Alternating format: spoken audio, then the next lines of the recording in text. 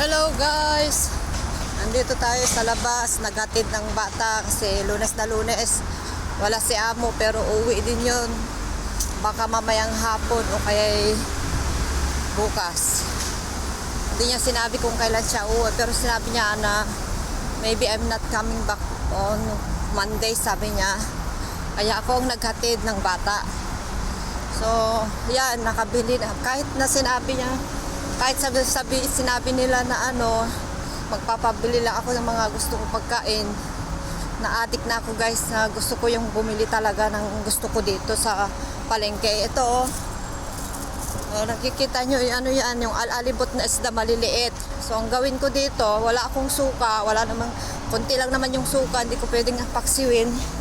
Ang maganda sana ito yung daig, kaso hindi siya maaraw ngayon, si winter. Ang gagawin ko dito guys, yung prito na lang kasi may mantika ako doon. Piprito ko na lang, tapos ang dami $10 lang. May galunggong na malalaki, 5 piraso, 15. Aso lang, namamahalan pa rin ako doon kasi saglit ko lang ulamin yon. Ito matagal. Marami. Marami Siguro to mahigit 1 kilo. Parang mabigat-bigat din. Alibot. So ang gagawin ko, mawawala ang tubig mamaya kasi nag-ipon na ako konti. Akala ko hindi ako magluluto kasi wala sa amo. Marami naman ako pagkain na galing sa church.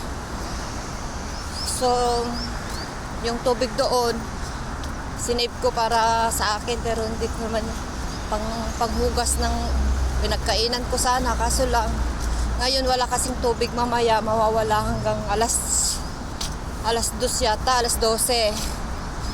So, kailangan ko bilisan linisin to, mawawala yung tubig ngayon. Hindi ko alam, pag-start pala ng alas 9, 9 to 12 pala.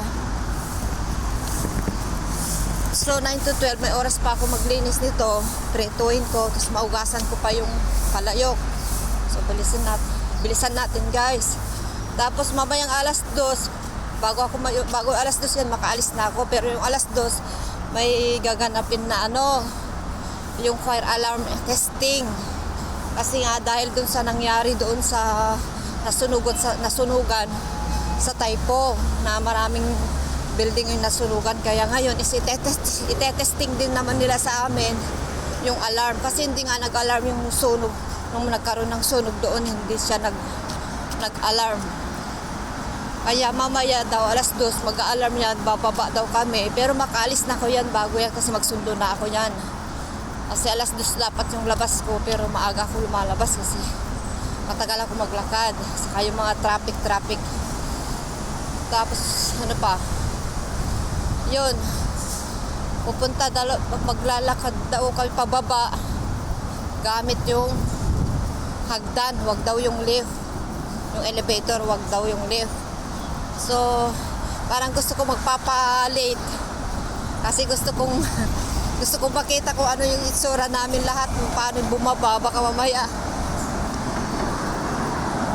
sabay kami, wala nang space sa pagbaba, dami nang bumaba. Pero may ngayon, maganda kasi Lunes, lahat may pasok mga bata, may pasok din yung mga nag-o-office, mga trabahador. So konti lang siguro tao dyan sa mga building ngayon. So mamaya magpapalit ako siguro 5 minutes before 2 o kaya eksakto alas 2, tatakbo na lang ako mamaya papunta sa school para gusto ko kasi makita paano yung pag-alarm niya. Pero narinig ko na one time yung pag-alarm niya dati, nagulat din ako doon. Pero tinetesting din. Pero walang bumaba. Pero ako bumaba ako noon, tapos nagtanong ako bakit. Wala daw. Okay lang daw yun, tinetesting lang pala. Pero ngayon, ang gusto ko makita, yung kaming lahat na bababa, paano kami bumaba na maraming tao doon sa hagdan. Kaya gusto ko magpapalate ng paglabas mamaya alas 2. Kasi yun daw yung time na kasi may notice doon sa baba, mababasa kasi doon sa baba sa lobby, o kaya sa bago pagpasok dun sa elevator sa lift. May mga notice doon na babasahin mo yun. Kaya yun, nabasa na ang amo ko yan. So kagabi, pagdating ni sir, mga 6 minutes ago, ay hindi, 6 minutes, pagka pasok ni sir, siguro nagtawag si madam, narinig ko pa yung nagtawag si madam sa kanila. Kasi nga, hindi nga dumating. Tinawagan yung anak niya. Pinaalala niya siguro, kaya yung nag-message din yung amo ko na pinaalala niya na mag-ipon daw ako ng tubig ngayong umaga. Tapos mamayang alas 2 hapon, mag-ready daw ako kasi mag-a-alarm, ganon. So, mag-ipon ako ng tubig. Nakaipon na ako ng konti kanina. So, yan guys, malapit na ako makarating. Yung bata,